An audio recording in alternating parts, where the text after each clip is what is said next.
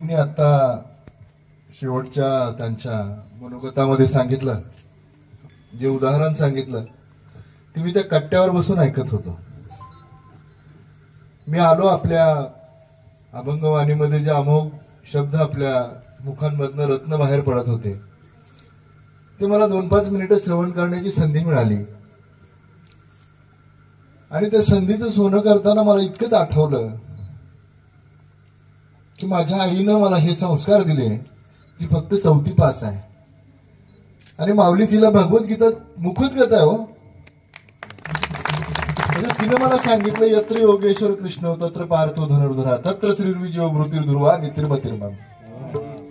हे तिनं मला सांगितलं माऊली. आणि आजही मला अगदी सद्गतीत होत आहे की अध्यात्माची ताकद काय असते, अध्यात्म काय असतं, परमेश्वर चरणी लीन कसं व्हायचं, परमेश्वराचे वारंवार आभार कसे मानायचे. आणि ते आभार मानत असताना आपला भार या भूमीवर आहे आणि तीही धरती माता सहन करते. ते सहन शक्तीचे, संयमाचे धडे कसे गिरवायचे माझ्या आईने शिकवलं मला. आणि तशी अध्यात्माची रुची, अध्यात्माची प्रकृती, अध्यात्माची वृत्ती, अध्यात्माची उन्नती, प्रगती जे काही आहे, तुम्ही भगवान श्रीकृष्णाचा भक्त आहे. आपण वारकरी म्हणून पांडुरंगाची भक्ती करत असताना सुद्धा भगवान श्रीकृष्णाला, विठ्ठलाला विष्णूचा अंश म्हणून स्वीकारतो, त्याची पूजन करतो, त्याची अर्चना करतो, त्याची साधना करतो. आणि पूजा अर्चना साधना करताना त्याला मंदिरात बसवतो आणि त्याला सांगतो की तू मंदिरात आहे. परंतु भगवान श्रीकृष्णाने, विष्णूंनी, विठ्ठलांनी हे सांगितलं की अरे बाबांनो, तुम्ही मला मंदिरात कशाला बसवता, मी तुमच्यात आहे, तुम्ही तुमचं वर्तन नीट करा.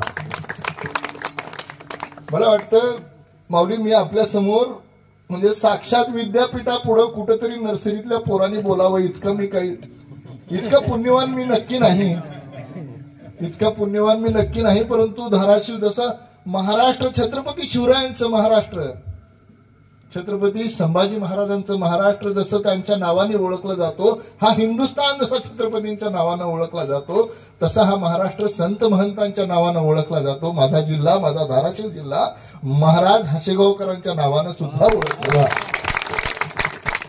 माझ्या जिल्ह्यामध्ये म्हणजे माऊली, आपल्या हासेगावपासून एक 20-22 किलोमीटरवर मी एक ऊसाचा कारखाना चालवतो. माऊली, आपले पुण्यपद स्पर्श माझ्या त्या उद्योगाला व्हावे मला अनेकदा वाटलं. परंतु बघा, भगवंताची कृती, नीती, प्रकृती कशी असते मला माहित नव्हतं. मी काल ज्या वेळेला ज्ञानेश्वरचा फोन आला, मला त्यावेळेला मी कैची धामला होतो उत्तराखंडमध्ये, निमकुरली बाबाच्या दर्शनाला मी गेलो होतो.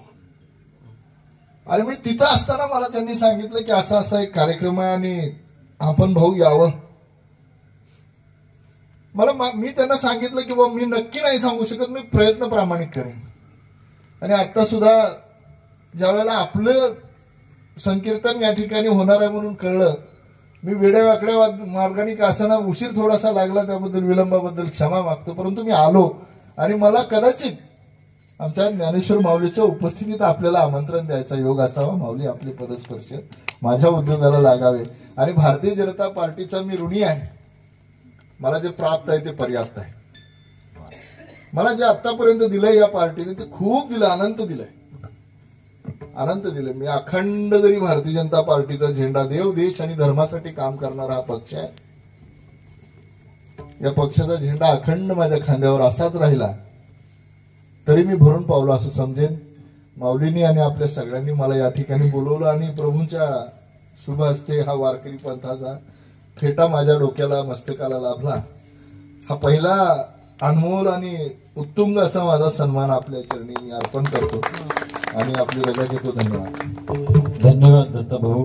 या ठिकाणी माऊलीच्या प्रेमापोटी आपण आलात आणि माऊलीच्या वडिलांनी जी अखंड आयुष्यभर सेवा केलेली ती म्हणजे डोक्यावरती फेटा बांधूनच अखंड गुरुदेव महाराजांनी सांगितलेलंच आहे सगळं.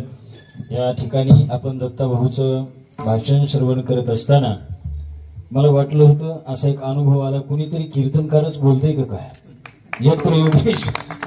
इथून सुरुवात झाली. आदरणीय राजकारण कमी आणि आध्यात्मिक जीवन जास्त जगणं, याचं मूर्तिमंत उदाहरण म्हणजे आदरणीय दत्तभाऊ कुलकर्णी या ठिकाणी उपस्थित राहिले. इथं आलेला प्रत्येक जण हिराच आहे बरं का.